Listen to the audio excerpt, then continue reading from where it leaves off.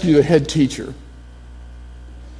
He was about 6 feet tall, and he had the classic swimmer build, all chest and legs, no waist. And I was nervous. This guy, he was quite the physical specimen. But I was also counting on all the training that we had done, that it would kick in at the right moment.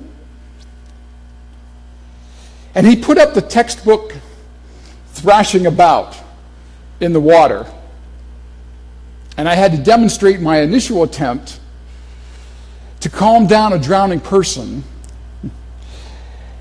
before moving in to wrestle a panicked victim. Had to display my ability to use all the block and parry techniques. It was going quite well, and soon I had him in a control toe. It's when you have your arm around the chest and you bring your other arm around like this and you squeeze, and you can only swim by kicking your legs. And pretty soon we were on our way to the shallow end of the pool. Well, it was going so well that I thought, gee, I'll show him how fast I can do this. So I went from the control toe to just using the cross-chest toe, which is where you keep this hand embedded in that of the person's armpit. And I used my other hand to assist in the swimming. And in a blink, he flipped on me and held me underwater. And I literally had to fight for my life. Okay, he wouldn't drown me completely. But I had to break free. I had to use all the other techniques that we had learned about breaking yourself free from the grip of someone who is so panicked that you don't worry about their welfare anymore. And you can only save yourself. When I finally bobbed to the surface, a safe distance away from him, he disgustedly told me, "Get out of my pool." And I had to consider that I had just wasted the last 3 months of training. And I wasn't going to get my name on a lifeguard card.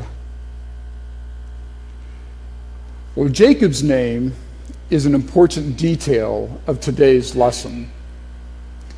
The names our parents give us, they may have been handed down in honor of a family member. There used to be a custom until the late 19th century to give children biblical names. And somewhere along the line, children started getting named for, celebrities or fictional characters, or every other letter on a street sign. An entire industry sprang up for expectant parents to choose their progeny's name from an exhaustive list in a book. But in Jacob's day, names were understood to have a certain amount of power. Your name defined you. Jacob, in Hebrew, could be translated as taker, or more accurately, grabber, since he was grabbing his twin brother's heel at birth. Jacob started life grabbing something that was not his, and he spent his entire life to this point always exploiting his ability to take. And what is Jacob so worried? Well, he's about to bump into his twin brother Esau, who just happens to have a 400-man army. See, Jacob had tricked Esau out of his birthright that was supposed to go to the eldest male. And having been played for a fool in their younger years, it turns out Esau wasn't quite as dense after all. And chivalry not being one of Jacob's traits, he sends ahead of him not just expensive gifts to try to bribe his brother, but all of his wives and children. Human shields, if you will. And perhaps feeling a bit guilty that he has sent women and children to protect him, Jacob is having a sleepless night. He's struggling with how to change his ways. Now, struggle can get us in shape, so to speak, for whatever life challenges are ahead of us. We struggle in our lives, perhaps because of an illness, financial uncertainty, personal disasters. We struggle through broken relationships and with the suffering of those that we love. We struggle with the pressures of raising a family in a world that competes against what is really best for living a life of true happiness. We wrestle with God, and in the process, hopefully, we learn something about ourselves. And this story gives us the opportunity to think about the wrestling matches that perhaps we've been avoiding. I mean, do you struggle with inviting someone to church? Do you struggle because you aren't yet sure of our identity? You know, if in fact we really are going to live into our opportunity to be an open and affirming church? Do you struggle with how much money you share with the church? Do you consider how what you contribute either limits or expands the things that we can do? In our struggle with what God offers us, can we break free of those things that are trying to drown us?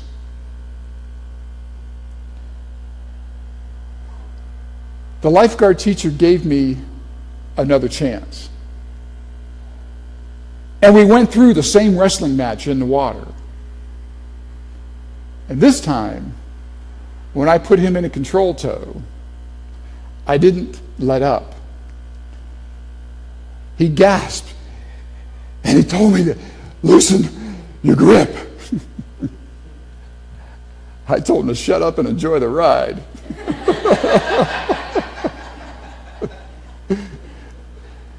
And when we got to the shallow end of the pool and we stood up, you could see the red welts on his skin from where I had squeezed him so hard. You passed, he panted, as he limped out of the pool.